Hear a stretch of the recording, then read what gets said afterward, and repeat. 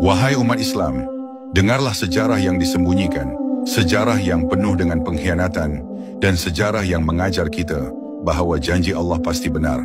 Pada awal abad ke-20, dunia Islam masih berada di bawah naungan Daulah Uthmaniyah. Walaupun lemah, walaupun penuh cabaran, tetapi tetap berdiri sebagai khilafah Islam.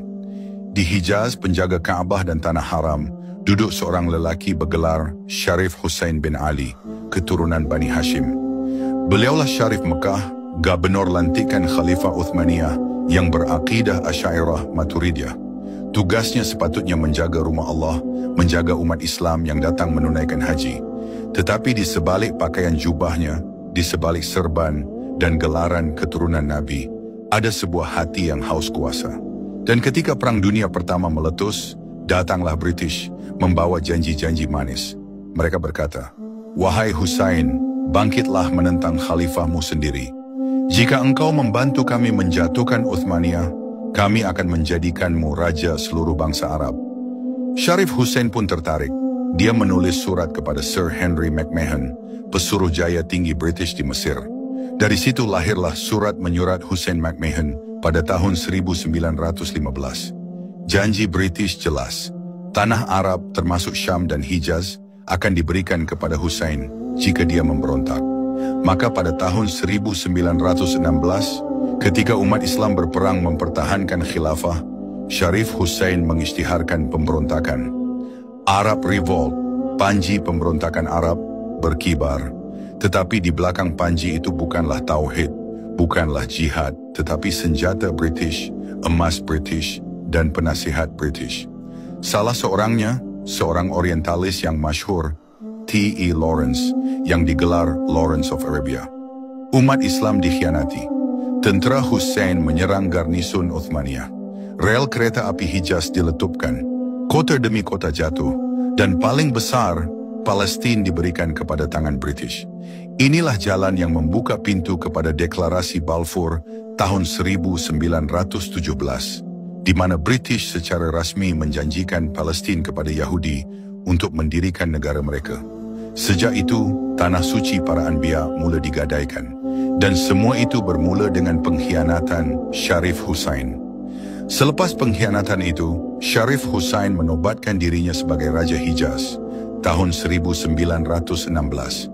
Bukan cukup dengan itu, ketika Khilafah Uthmaniyah dihapuskan oleh Kamal Ataturk pada tahun 1924, Hussain mengisytiharkan dirinya sebagai Khalifah umat Islam. Tetapi seluruh umat menolak kerana mereka tahu lelaki ini bukan pembela Islam, tetapi pengkhianat yang menjual Palestin kepada penjajah. Namun British tetap memberi hadiah. Anak-anaknya mendapat takhta. Faisal bin Hussein dijadikan Raja Iraq pada tahun 1921. Abdullah bin Hussein dijadikan Raja Transjordan yang kemudian menjadi Jordan. Negara-negara ini lahir bukan dari jihad, bukan dari perjuangan tauhid, tetapi dari perjanjian penjajah Sykes-Picot yang membahagi-bahagikan tanah umat Islam. Tetapi wahai umat Islam, ingatlah firman Allah, "Wala tahsabannallaha ghafilan amma ya'malu dhalimun." Janganlah engkau sangka Allah lalai dari apa yang dilakukan orang-orang zalim. Pembalasan itu datang. Tahun 1925 muncul seorang pemimpin dari padang pasir, seorang lelaki yang hatinya dipenuhi tauhid, yang menolak khurafat dan falsafah sesat yang merosakkan umat di Mekah dan Madinah. Dialah Abdul Aziz ibn Saud. Dengan panji tauhid, dengan kekuatan iman, beliau menyerang Hijaz. Mekah jatuh ke tangannya. Madinah tunduk kepadanya. Kerajaan Syarif Hussain hancur berderai. Syarif Hussain melarikan diri ke Cyprus, akhirnya mati dalam buangan, jauh dari Kaabah yang pernah dia jaga. Tahun 1931, dia dikuburkan di Amman, Jordan, dalam keadaan hina. Anaknya Ali bin Hussein, yang cuba menggantikan ayahnya sebagai Raja Hijaz, turut tersingkir, lari ke Irak. Cucu-cucunya pula mengalami kehinaan yang lebih besar. Pada tahun 1958, Raja Faisal Diwa dari Irak, cucu Syarif Hussain, ditembak mati dalam revolusi berdarah. Seluruh kerabatnya disembelih, hanya tinggal sedikit yang melarikan diri. Anaknya yang menjadi Raja Jordan, sahaja yang kekal. Inilah balasan Allah terhadap keluarga pengkhianat. Sementara itu, Ibnu Saud terus marah. Tahun 1932, beliau menubuhkan kerajaan Arab Saudi, menyatukan tanah Arab di bawah tauhid. Mekah dan Madinah dibersihkan dari amalan khurafat yang dulu berleluasa di bawah Uthmaniyah dan Syarif Hussein. Dua tanah haram kini terpelihara, kembali menjadi pusat dakwah tauhid.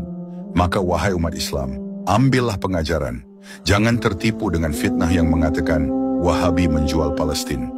Tidak, yang mengkhianati Palestin ialah Syarif Hussein, Raja Hijaz yang berakidah Asy'ariyah Maturidiyah, berpaling dari Khalifah Islam demi janji manis British.